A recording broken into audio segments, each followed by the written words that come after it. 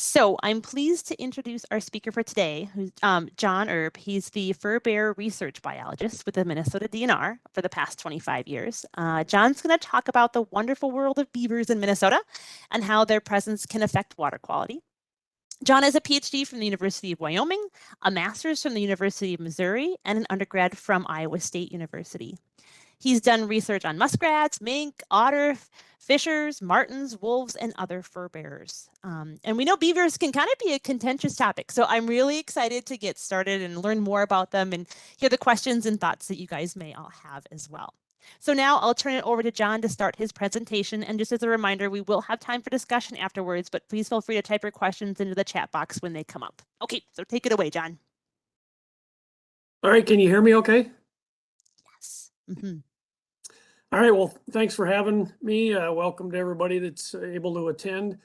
As was said, beaver are a very unique, iconic species, extremely fascinating, at least to me.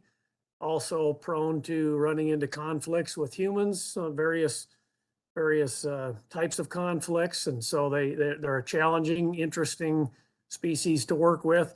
Going to try and cover a lot of different topics today. I didn't really know the different backgrounds or knowledge levels of the people who might be listening in, so tried to add a little bit for everybody. But because of that, to try my best to stay in the time limits, it may mean I'm going to go a little fast through some things. So hopefully you can come back and look at the recording if I go through a slide too fast or so on. So anyway, beavers, of course, have a long history, or human beaver interactions. There's a long history in North America and around the world. The pursuit of beaver harvest played a big part in European exploration and settlement of North America.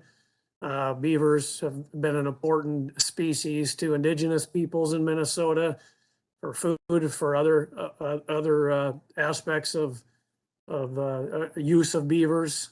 So a major role in the settlement by Europeans in North America, with many good and bad aspects to that, of course, as well. But we won't be going into those details, just a long history. And if you don't know, and maybe if you're a little older, you'll remember this TV show, but if you didn't know, this is how the show Leave It to Beaver came into be, was this northern Minnesota scene. So I always got a kick out of seeing this sign. I can't even remember where this was, where I got this from, but I found it quite humorous. Beavers do occur pretty much throughout all of North America, the exceptions being some of the arid Southwest, Florida, and maybe some areas way up on the tundra, although there's a lot of change occurring up there as well.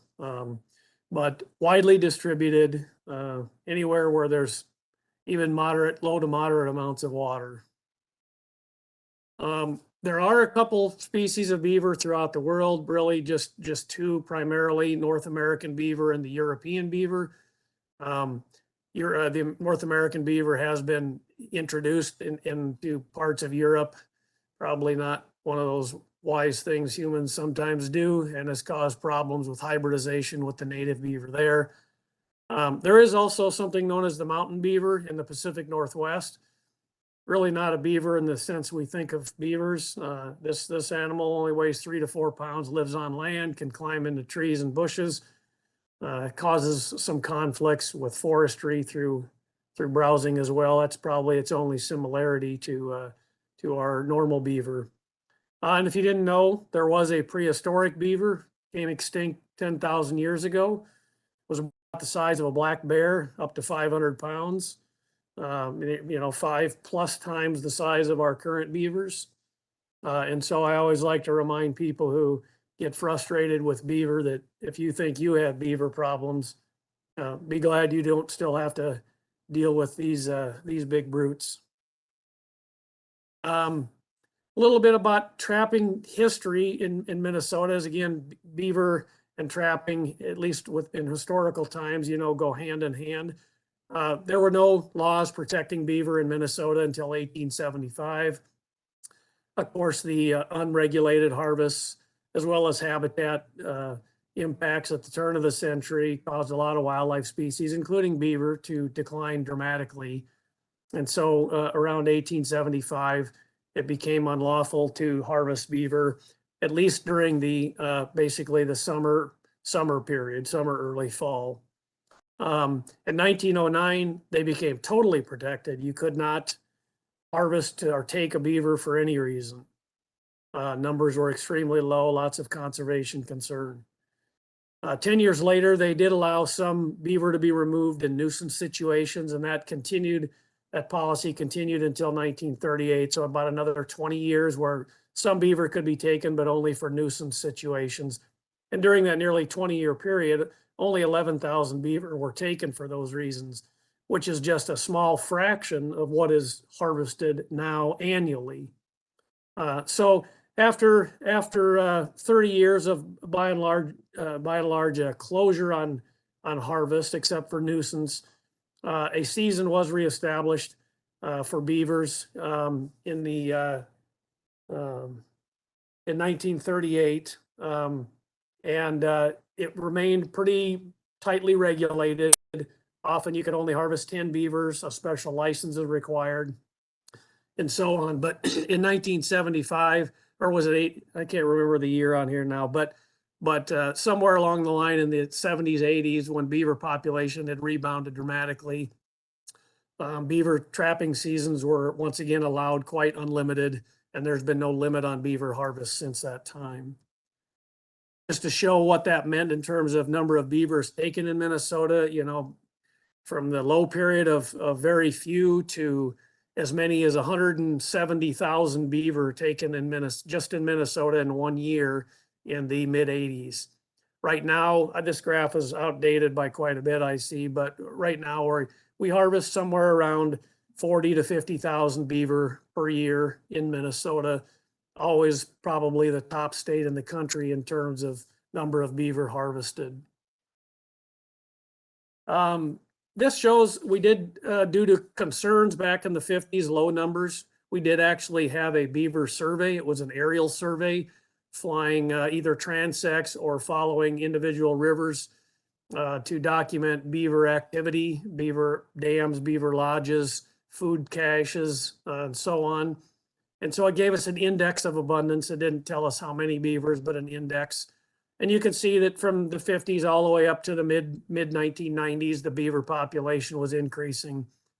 There then began somewhat of a decline. We actually ceased doing any surveys around 2001, just didn't feel it was a priority now that beaver had recovered and were abundant. So there probably was a little additional decline after what you see in this graph, but in recent years, due to low fur prices and harvest, I think we're back up to probably near record beaver levels, at least in many areas, or at least very high levels. Excuse me. Just some miscellaneous trivia about beaver adaptations. They have inner lips that can close behind their teeth so they can carry branches while underwater without, water just going down their throat. They have oil glands that allow them to groom and waterproof their fur. They can stay underwater for up to 15 minutes, probably. Their body can tolerate high levels of carbon dioxide. One interesting thing about their teeth, like a lot of rodents, beavers are a rodent. Their teeth are ever growing. If they don't chew on stuff and wear the teeth down, they will become a big problem. I once saw a muskrat which is similar in terms of teeth growing, that had a tooth that for whatever reason was not wearing it. It had grown out of its mouth, almost like a bighorn sheep antler or horn, big curled thing outside of its mouth. So without wear on those teeth, they will continue to grow and lengthen. And the other thing is if you've seen a beaver skull or the teeth, the outer edge has a hardened orange enamel, but on the inside of the tooth, it does not have that, just softer white bone tissue. And what that does is the hardened outside wears more slowly than the inside, and it helps keep the tooth kind of a chisel shaped for cutting trees. Beavers can move at long distances, at least 60 miles, I'm sure a lot longer in some cases when they disperse, even if most don't go that far, some certainly can. Most beavers, I'll skip this one because we'll talk about beaver lodges later. They generally mate in February. In much of Minnesota, that means, under the ice in their dens, in their lodges. 3 months later, so, roughly in May, beavers give birth to anywhere from probably 2 to 6 kits. Average is probably 3 to 4. They generally only have 1 litter per year. They can breed and often do at the age of 2. Although that can vary based on habitat quality and population densities and so on. As far as sign with beavers are very territorial, well known for scent marking throughout their territory. Usually this means mud and debris that they scoop up from the water body and pile up on the edge of the shorelines and the banks of a river, stream, or lake, and then they deposit their scent on there. These can take many shapes and forms. These are just a couple pictures that you might see out on the landscape of beaver scent marking. Usually if there's a pretty notable odor to them, especially if they're active and fresh. They use both their mouth and their feet to scoop stuff and carry stuff from the bottom up to make those scent mounds, as well as when they're making dams and filling the dams in with mud and debris and their lodges as well. They use both their hands and their mouth to gather debris and carry it up to those areas. Beaver mortality in areas where harvest occurs, human harvest of beaver is probably the primary mortality source. They are, however, vulnerable to predators. Wolves, coyotes, dogs may catch them, occasional bobcats, bears, and so on. I'll come back to a little bit about wolf beaver dynamics in a bit, but certainly they are taken by predators to varying levels based on the predator populations in those areas. They can have disease and die from disease. Tularemia is one example. It is a disease that is a concern to humans as well, but rarely is it. It's a potential concern, but rarely, if hardly ever, is there an actual concern or transmission from a beaver to humans. But tularemia is also something that can affect humans. Certainly beavers, especially in the spring, are hit by cars. Occasionally see them myself. And again, oftentimes during the spring dispersal period. So severe winters, thick ice, long winters where they run out of food, beavers can also potentially starve or be forced out of their dens and end up freezing or taken by predators when they're above ground. These 2 photos on the bottom were when I was doing river otter surveys on streams in southern Minnesota many years ago. Came across this place where a beaver had come up out of its bank den hole you can see on the left photo and was wandering around looking for food. The river had gotten shallow, probably froze the beaver out, little access to food. So they become more vulnerable at these periods. Food habits, pretty diverse, but mostly deciduous species they prefer to browse on. Aspen, willow, birch, maple, ash, hazel, alder, cottonwoods. But they will, like I say, cut a variety of tree species, including conifers, which are not preferred. But if you see beavers cutting quite a few conifer species, it probably means it's a poor area, poor food source. The beavers are probably not as productive and maybe more stressed in those areas. They will also eat a variety in the summer, eat a variety of herbaceous and aquatic vegetation. Some studies have suggested it may be actually quite important nutritionally for beavers in the summertime. They usually forage within 20 meters of the edge of a pond, sometimes as far as 60 meters out, but generally within 20 meters. And I'll touch on this last thing in another slide, so I'll come back to this last point. Also have to get a sore neck cutting a lot of things, I would imagine, at least when I try and see what it would be like to do that for half hour, an hour at a time. It doesn't look very comfortable, but they're quite good at cutting trees. Some neat study here, just looking at distance and tree species, what they prefer.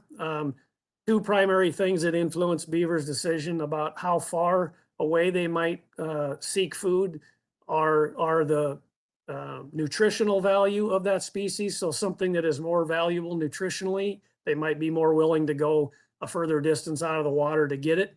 It's going to take more work. So if you're going to go further, you generally want to have more nutritional benefit for things you're cutting.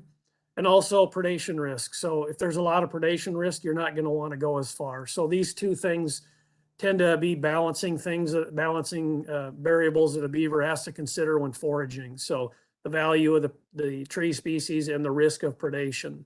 This graph on the right just shows one study that looked at how far the probability of a stem being cut based on distance from stream. And so you see aspen at the top, a desirable species. They were willing to go a little further out with more frequency to harvest that than they were, say, birch. And the bottom point over on the left, an interesting study that beavers have been found to forage as much as 300 meters inland in places where there were no predators, like predator-free islands. So it really shows that predation risk can be an important consideration for a beaver on their foraging. In our northern areas, at least, when we get ice cover, winter food caches are vitally important to beavers. So they will store food piles out pretty close to, but out away from their lodges, which they can access at least the under ice portions of that throughout the winter. Very important for getting through the winter in northern areas.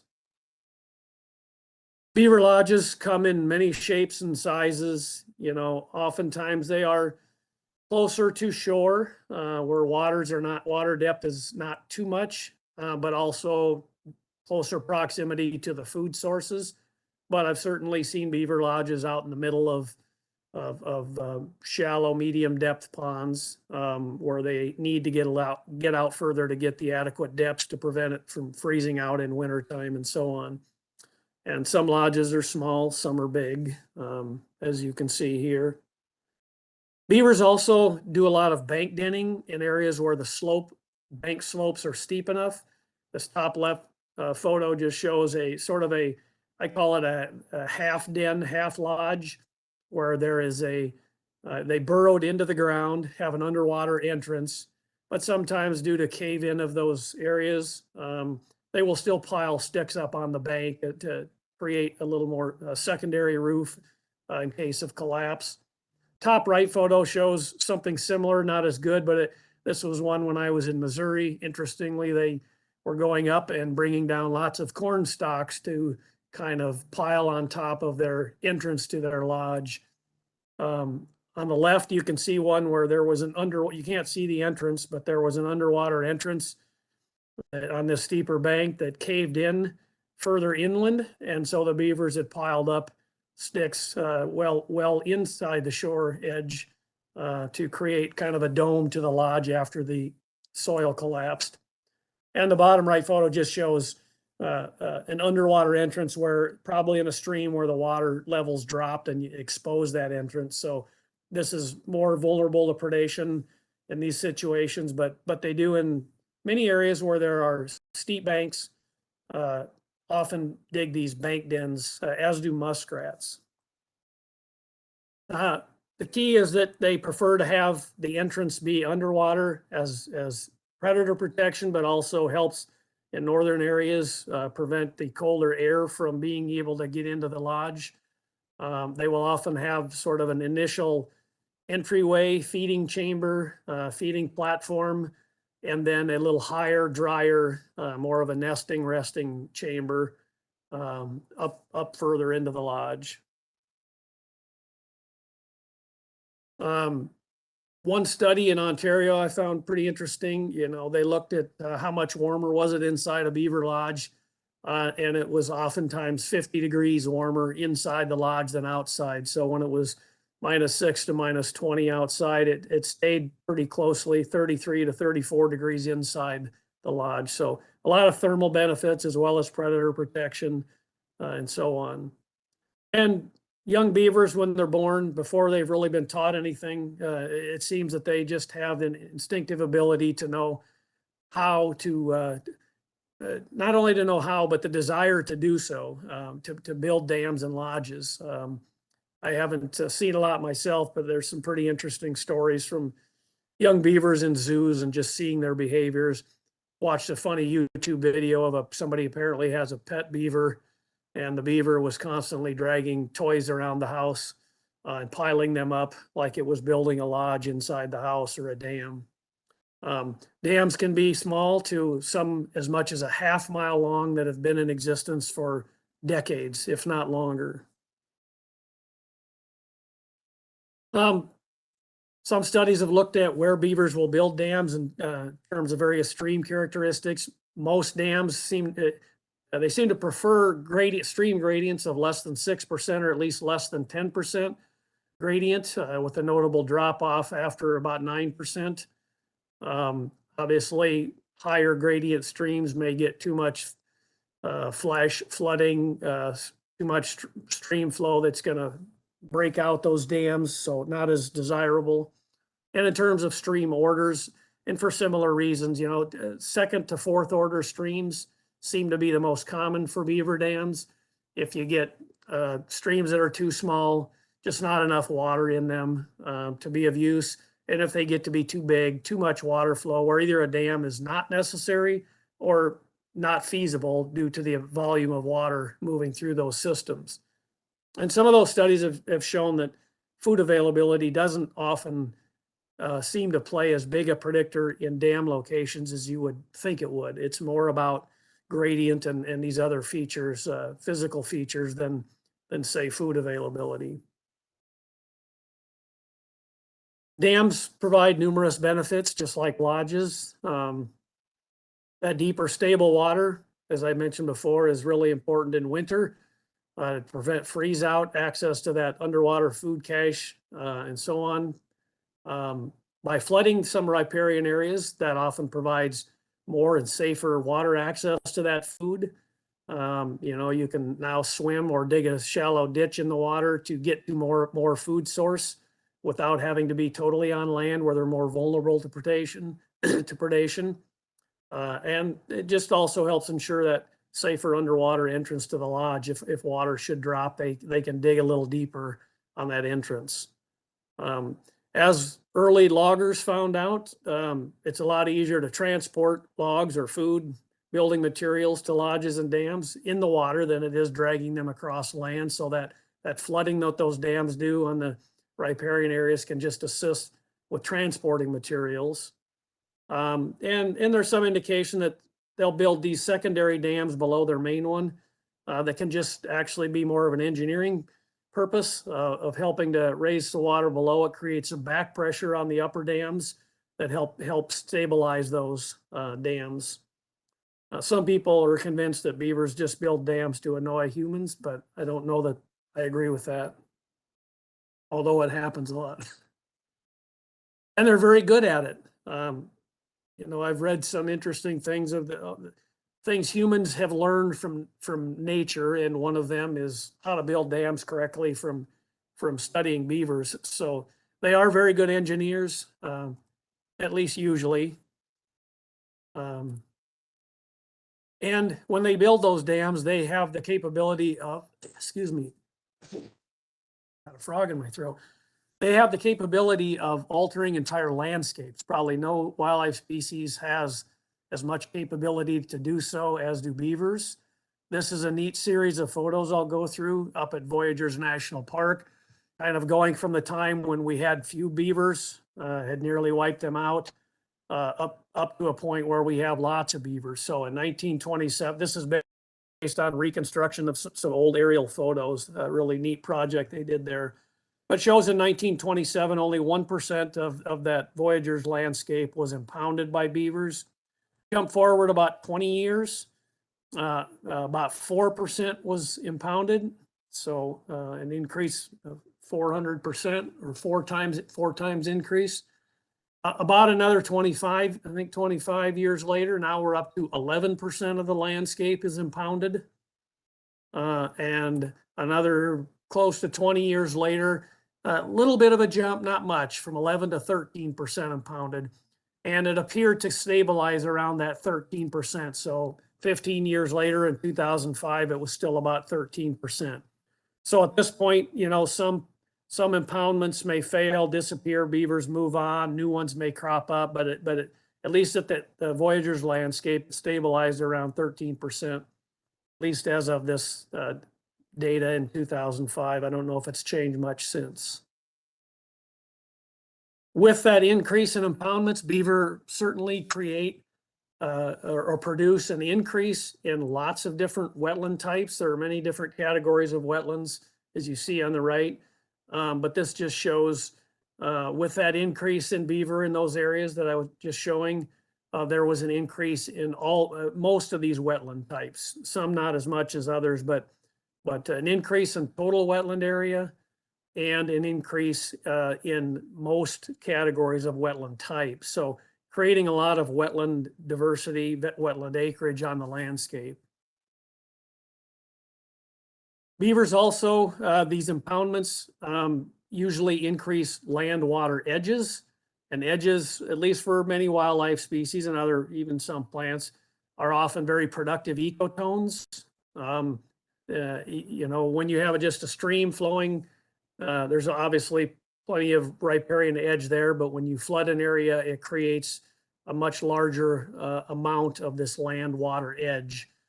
So the graph on the left is just trying to depict a stream versus, now an impoundment. The circumference of that is much bigger than just the original stream channel. So a lot of edge increase, land water edge increase. They also just the natural progression. If they show up into an area that has not previously had beaver activity, impound an area, especially if it's a flat, low topographic relief area, that will flood the landscape, kill off trees in that flooded area. Initially, then ponds will start by having just free floating, early successional aquatic plants like duckweed. As time goes by, you get more establishment of submergence, emergence, floating leaf plants, depending upon, the water depth and the local situation. But there's this natural progression.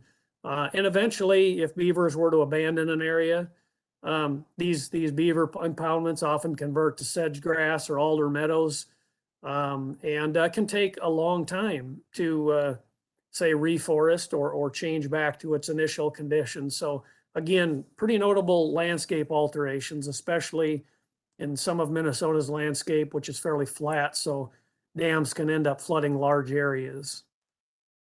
They also alter the riparian forest composition in terms of both tree species and even tree growth forms. You can see one of the things that I mentioned earlier, that the conifer are a less preferred food species. And so oftentimes for beaver impoundments that have been in existence for a long time, you'll end up seeing these rings of conifer species around the edge of ponds, and then more deciduous as you get further inland. It's not strictly because of beaver, but oftentimes beaver play an important role in that. You can kind of see some of it in the photo in the bottom left, some of the rings of conifers around the edges of the waterways. And also because of consistent herbivory on some plants, the growth form of trees can change. So you get more clumping growth, clumping tree sprouting along the riparian edges, and then more of the traditional, just larger single tree forms further away from the riparian areas. So they affect tree species composition as well as even the growth forms, gradients from stream edge to further inland. Excuse me, they certainly affect flow rates on streams. As a general guide, a series of beaver dams tends to dampen the variability in flow. Those ponds serve as storage, so you get less rush of water when you get a rainstorm. But then during the drier times, you get more of a release of water out of there. So you tend to get more dampened flow rates. So again, less extreme at the peaks, but higher water flows during the drier times. So another aspect of that is that it doesn't just affect the surface water that you see. Beaver impoundments can have a big effect, again, depending upon soil and landscape topography, but can have a big effect on groundwater and water tables. This graph on the right thought was an interesting study and is out west in Colorado, or on the Colorado River anyway. The bottom graph is just showing the natural Colorado River flow. And the top line is just showing a groundwater well where they're just monitoring, water tables. And so you see the big spike in the Colorado River. There was a big flood that knocked out a beaver dam that was on the river. And you can see soon after that how the groundwater level, the top line, the groundwater levels, not surface, but groundwater levels dropped dramatically when that beaver dam was no longer there. So it's not just the surface water that you see. They can have dramatic effects on groundwater and water tables far out from the actual streams. But as I've mentioned several times, the exact effects you're going to get really can vary depending upon the size and number of dams, the nature of the aquifer, soil hydraulic properties, and so on. So there's not always a one size fits all, answer to the role dams play in the water table, but certainly in many areas it's significant. They can alter stream temperatures and lakes flowages, but there's mixed results. You often hear people say, well, beaver dams increase water temperatures. That's not always true. It is certainly in some cases, but some studies have found the opposite. When you remove beaver dams, one study in Wisconsin found that the removal of the dams increased temperatures. So again, it depends on the shading, the natural shading, the slope topography in the area, whether there's a lot of groundwater and so on. But ponds, can serve as thermal buffers too. So the surface water in a pond is always warmer, maybe heated even more because the beavers have opened up a meadow area. But if there's deeper water, as if you swim in lakes, you go down a ways, there's often cooler water than what you might get even in an unimpounded stream. So there's a lot of thermal inertia from those ponds. And again, they may reduce some of the volatility in temperatures, not always simply make them warmer. Some cases they can cool streams as well. Water chemistry, sediments, typically in beaver ponds, there's reduced dissolved oxygen, especially in winter, but the dissolved oxygen often rapidly returns to normal levels just shortly downstream of the dams as water percolates through and speeds up as it exits the dam. Ponds serve as significant nitrogen, organic matter storage areas, sediment storage, and so on, big sediment traps. But this can again depend on the size of the impoundment, the flow rates, and just the surrounding land uses in terms of how much sediment is entering the streams. And they also reduce the kinetic energy of water. Those series of dams, reduce kinetic energy of water, and that typically helps reduce erosion and incision of stream banks. Out west, it's become quite a big topic, quite a big activity of actually trying to use beavers, translocate them to areas, to streams that have been severely degraded, incised, and allowing beavers to try and help restore, stabilize those banks by impounding areas, raising water tables, getting some vegetation to grow along the banks that couldn't before, and so on. So not happening here in the Midwest and East, but increasingly common in some areas out west. They also affect the overall gradient of stream, or they don't change the overall gradient from the headwaters to the mouth, but they change the gradient profile from more of a steady gradient to a stair-step profile. So you get a series of impoundments, and then right below it, it drops, and another impoundment. So oftentimes they increase the diversity of gradients within a stream than what was there, than what would be there in the absence of beavers. So this can have a variety of implications on, again, on sediment traps, on wildlife species diversity, and so on. So just another example of how they alter streams. And with all these changes I've been mentioning, it doesn't mean all are good or bad. That's often in the eyes of the beholder. But we certainly know that beaver activities, beaver impoundments, all those wetlands create a lot of benefits for a lot of different wildlife species, birds, mammals, reptiles, amphibians, and aquatic invertebrates as well. Plenty of studies showing how, beaver impoundments can change the aquatic species composition from more running water taxa to pond, slower moving water taxa of invertebrates. Those that are more invertebrates that are collectors and predators, and less shredders and scrapers when there's impoundments. So you get those ponds that collect a lot of debris and create more of a pond system where you get aquatic invertebrates that rely more on those inputs and predation rather than the shredders and scrapers getting stuff off of stream rocks. Yeah, once some work on beavers, just looking at, besides the habitat role and how beavers influence wildlife, beavers, of course, are food for some species, carnivore species. And so this just shows some examples of a study looking at beaver consumption by wolves.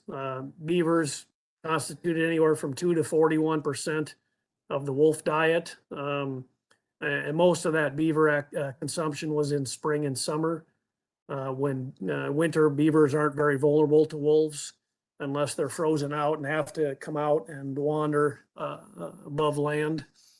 But in the spring, when open water, beavers are dispersing, wolves can more easily catch them on those pond edges when beavers are foraging and so on. They are important to some carnivores, at least temporally. I thought it was kind of interesting too, on an Isle Royal, as the wolf population declined dramatically. I know they've been reintroducing new wolves out there, but it hit a low of, what was it, just 1 or 2 wolves?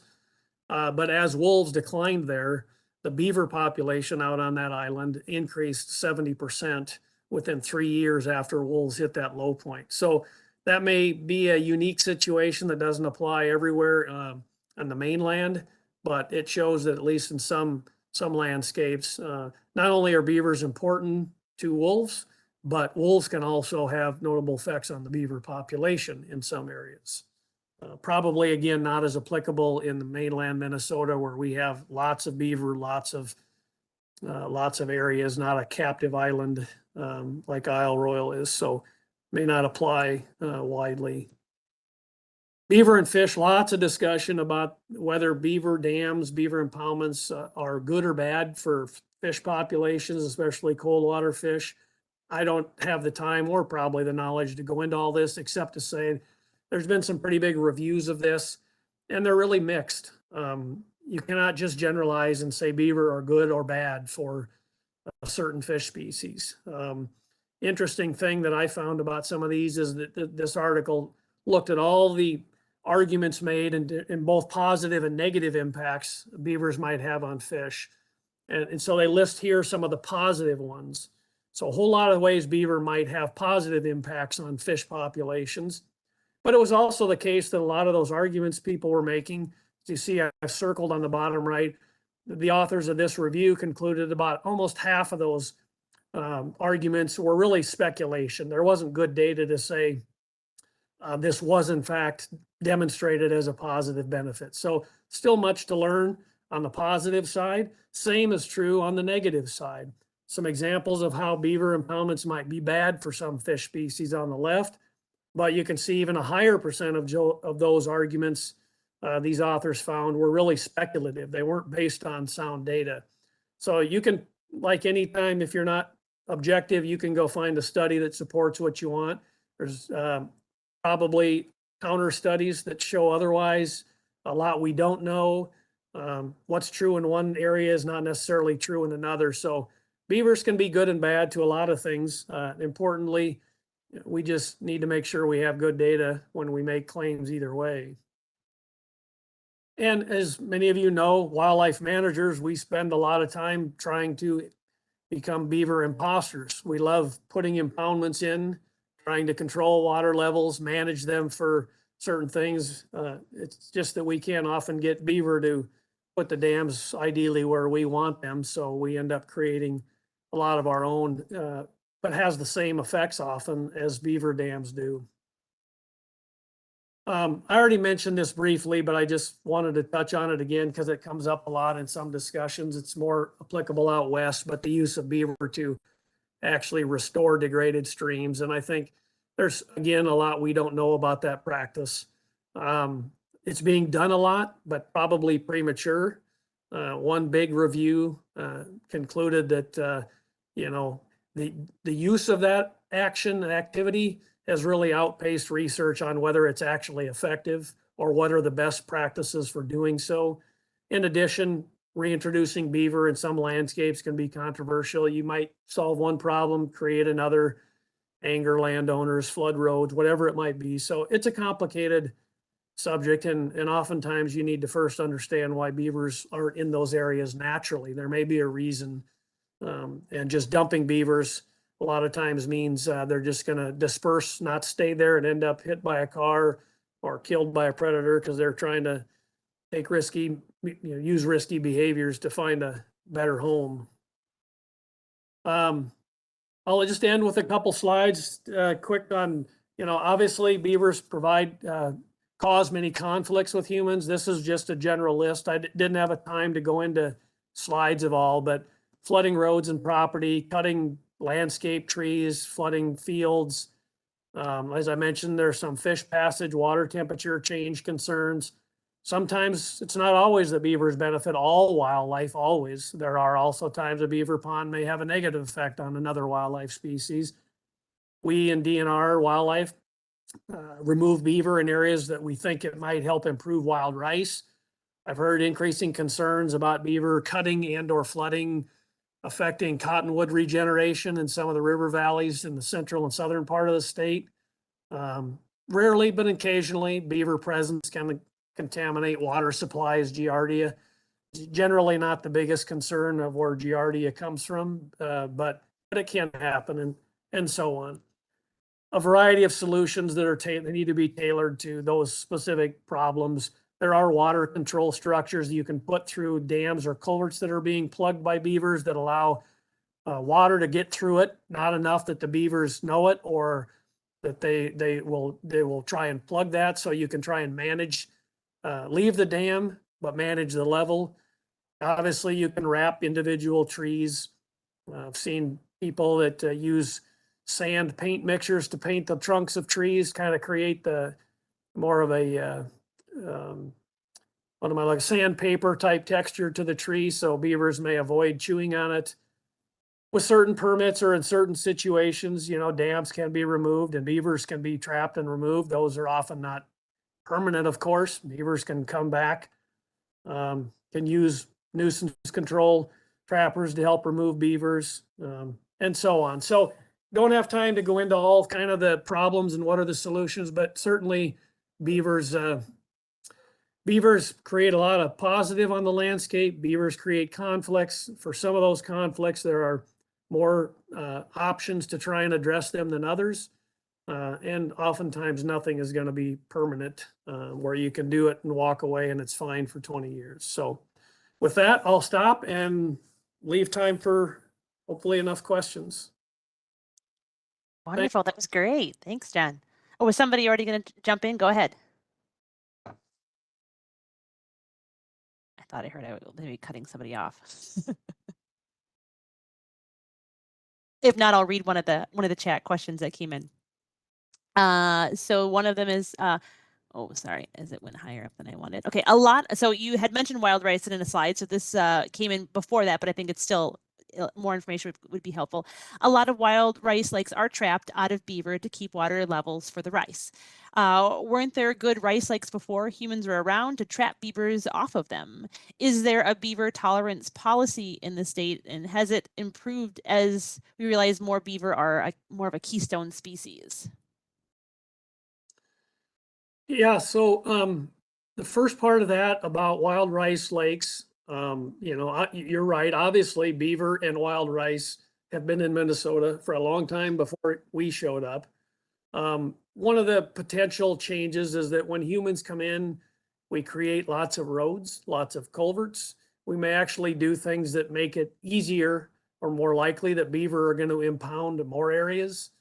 Having said that, I would agree that I've talked to our folks about this numerous times that, we need to probably do a little bit more thorough job studying the effectiveness of beaver removal.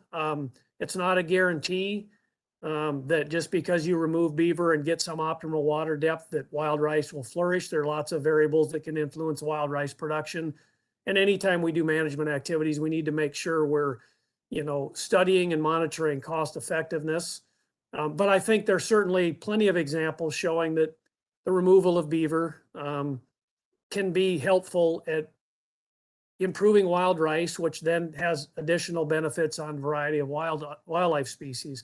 I don't think doing so, anyone's ever implying that a duck species or whatever is going to go extinct if you don't do it. But certainly there's a desire to, improve populations of some species. We still have plentiful beaver on the landscape, even with all the removal that occurs. So we're not jeopardizing beaver, maybe creating a little bit more balance, stability from year to year for multiple species. So second question, beaver tolerance policy. I think, I'm not sure if I got the question right, but in general, DNR, of course, places tremendous value on beaver. Our wildlife managers all know beaver provide many benefits. Like I showed in that one slide, we spend a lot of time trying to create water control structures because we know it does provide a lot of benefits. But with that comes challenges. Like many wildlife species, you have to try and deal with societal concerns about them, managing conflicts.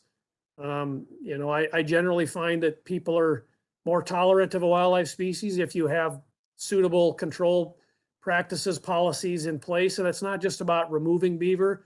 As I said, there are many types of culvert protectors, adapters, water control structures, education that could and should be done. But at times, removal of beaver is an integral part of a broad policy of trying to manage these situations. So anyway, I don't know if I thoroughly answered it or.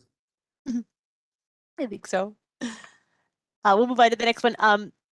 From Scott, he says, I live on the Mississippi River and often see beavers. And oh gosh, sorry, my chat is all crazy. Okay. Oh, okay, we're getting there. Okay. And often see beavers swim a ways upriver, then return with a branch of aspen or something, when there were obviously plenty of other similar branches closer by. Do they deliberately try to spread their foraging around? That's a good question. I think through time they have to, because eventually, they're going to thin out the food in the local area. And so I think whether it's pre-planning on the part of a beaver, I don't really know. But certainly over time, they have to spread out their foraging because oftentimes their foraging is going to exceed the regeneration of those plants along the stream banks closest to their lodge. The other thing about, and I'm just guessing here, but it's something I thought about. You mentioned going upstream. It's obviously easier to float something down to your lodge than it is to swim it back up river. And so you mentioned them always, you're in this case going upstream. It may be that one of the reasons they might do that more than going downstream is, again, the ease of which it is to float something downriver to your lodge as opposed to swimming it upriver. But I don't know that you certainly find plenty of areas where beaver have intensively foraged closely to their lodges, and the further you get away, the less foraging there is. So it's kind of a distance-based foraging intensity. I've not seen many cases where a beaver starts by going, 200 yards upriver, unless that's the only forage, and starting there. They're generally going to be more of a distance-based, more intensive foraging close to their lodge unless you get away just for practical reasons. Great. Julie was wondering, so she said that there's been occasional reports of beaver sightings in downtown St. Paul. Does the DNR want or need to be notified in cases of beaver sightings in the Twin Cities metro area? Yeah, I don't think so. I mean, certainly we're aware that in most water bodies in Minnesota, there's beaver at least periodically. And you know, I don't want to say we're not interested unless there's a major complaint because because we like good stories too. But I think our awareness of beaver throughout most of the water bodies in metro area and throughout the whole state is we're aware of that. So I don't think there's any particular um, surveys or need for reporting beaver observations. Good to know. Marjorie provided, just for people want to check out the chat, a book, a nonfiction book that came out this year called Beaverland, How One Weird Rodent Made America, and it's getting good reviews. So have you heard of Yeah, that? interestingly, I just got somebody else sent me an email unrelated to this talk or anything. Just another colleague that I know on the East Coast sent me a link to that. So yeah, probably a lot of fun and interesting history in that book. I haven't read it yet though. Great. John was wondering about the impact on trout streams in the southeast with beavers. Yeah, and this is where I got to be careful because I don't consider myself to be an expert on these topics. And as I mentioned when I was talking about beaver fish interactions, we always have to be careful about generalizations. The nature of the aquifer in the local area, the topography, how much shading there is, how much trees beaver remove can affect whether it influences water temperature. Even within trout species, and this is I've read this more out west, but there's been some studies that shown that the native trout species had no problem navigating through, over, or around beaver dams, but the non-native trout species had a harder time. And so even within a category like trout, there can be different effects that dams can have on the water chemistry, the water temperature, fish passage, and so on. My guess is that certainly excessive beaver dams on some streams in southeast Minnesota, I'm guessing more, but probably has some negative effect on beavers. But again, they create in-stream structure. They create, pools and maybe more stable water flows later in the summer when things dry out. So I think we should be careful to ever sort of say they're just good or bad. They may have a negative effect in one aspect of trout ecology in an area and a positive impact on another one. And I'm just not the expert, or I haven't studied it in the Southeast. So I'd rather that be something our fisheries biologists down there maybe weigh in on. Great, thanks. From Joe, are there different trapping regulations for beavers in border areas, such as the Red River of the North? No, there are not. I mean, there are, different trapping regulations for different traps and things like that, but they apply statewide. And beaver season is the same statewide. There is no limit statewide in the border waters. Now, when I say border, I'm assuming you're talking on being on the Minnesota side of the Red River or something. I assume you need a North Dakota trapping license. I don't think you can.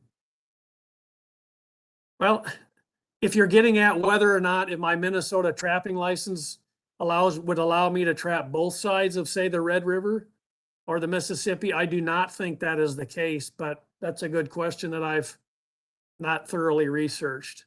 But I do not think you could say use a Minnesota trapping license to harvest beaver on the Mississippi River in southeast Minnesota on the Wisconsin side of that. You would have to have a Wisconsin license. And similarly, a North Dakota license on the Red River. Got it. I can try and confirm that. I don't, pretty sure that's the case. If that's what you were getting at. It's good to know. Someone had wondered, when a lake level is up 2 or 3 feet over the historical level, what is the effect on land erosion and water clarity?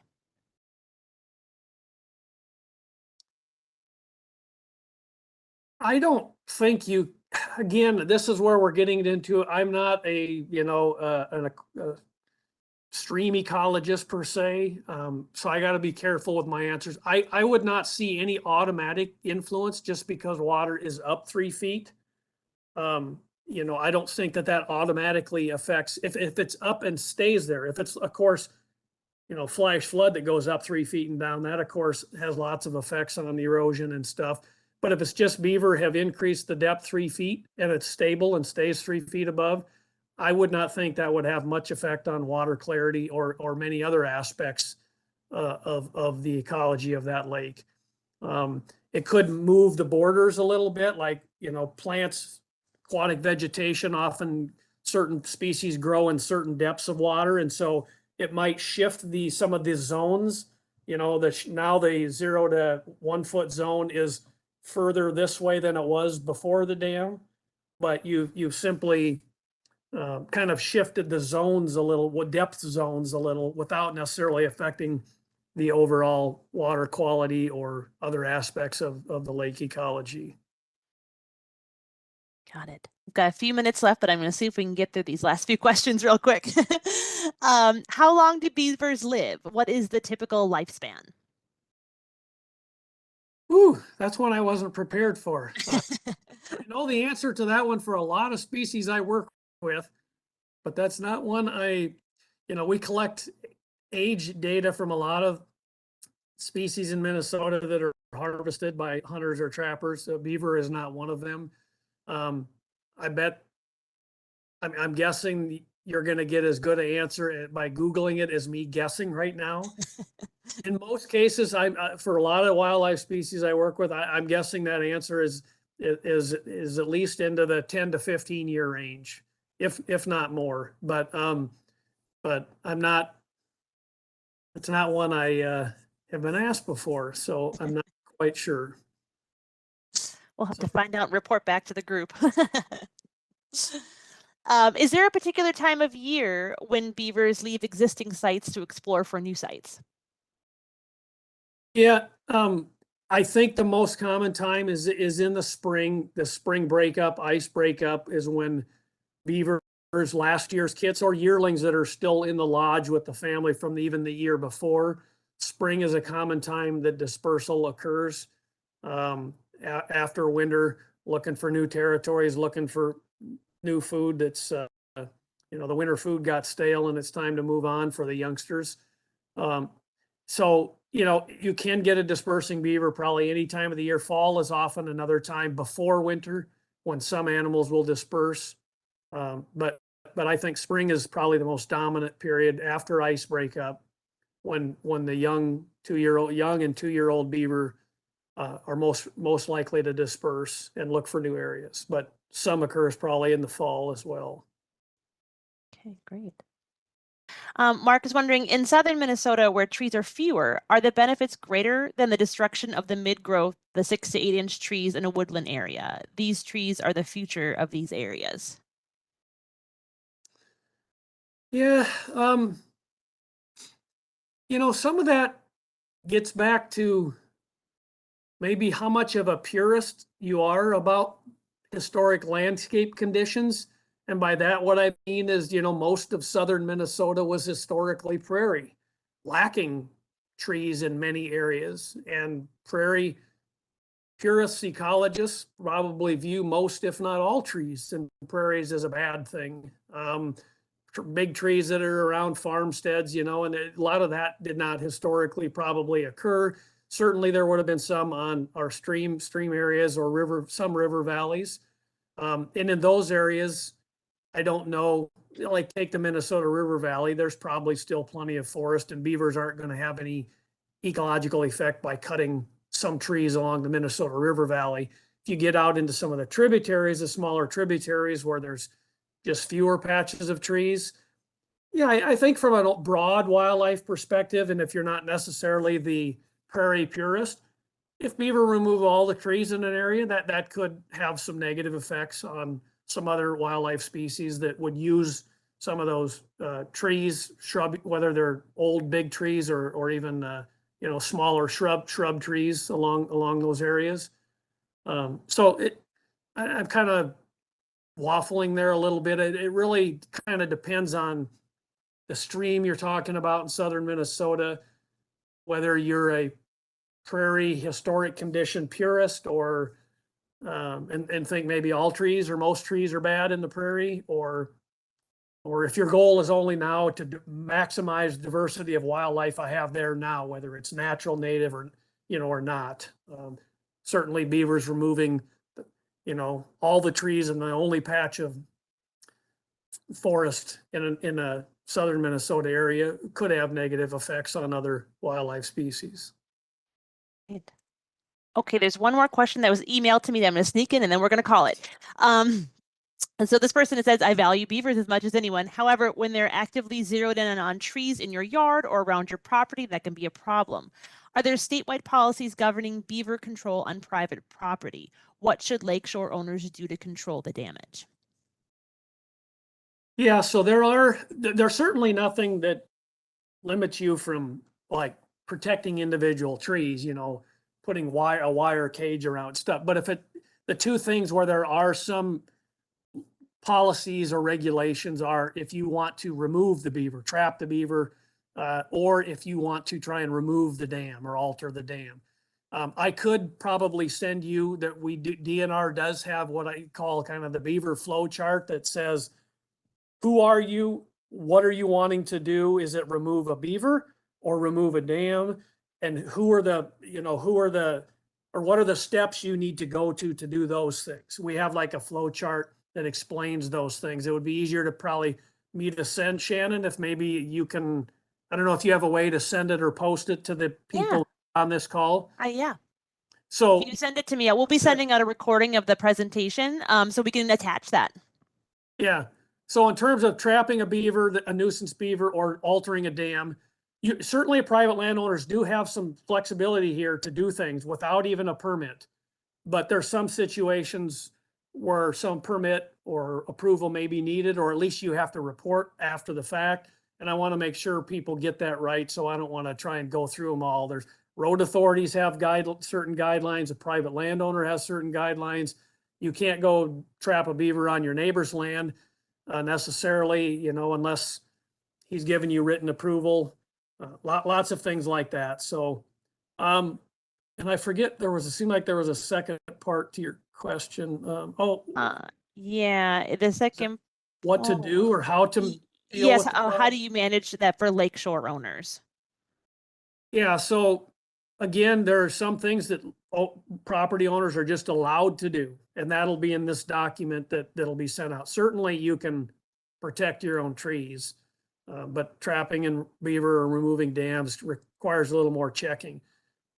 But beyond that, I don't have much to add. I mean, if wrapping an individual tree up to 4 feet tall, you don't want it snug to the tree because the beavers can still cut it. It has to be staked so it's several inches out from the tree and goes up an adequate height.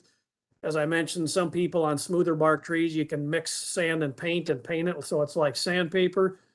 There's a variety of things you can do that's harder to do if you're trying to keep beavers from chewing 1,000 foot of shoreline you own and a whole lot of trees.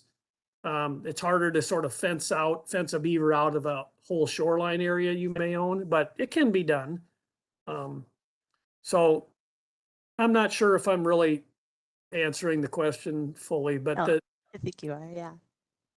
Yeah, that's good. And if you have that flow chart, we'll send that along when we send the recording out to everyone. Yep. Perfect. Okay, well, we're about 5 minutes over, but we had good questions, so I didn't want to stop it. Thank you so much, John, for the great presentation today. Thank you for everybody that joined us. We had a great turnout, and it was just really fun learning about beavers. So if we didn't get your question today, if you weren't able to get into the chat, please don't hesitate to contact me. I can get you in touch with John. You can ask your question that way as well. And then we'll send out a link, maybe even hopefully if I get it by the end of this week or early next week, to the recorded version of the presentation. So thank you again, everybody, and have a great afternoon.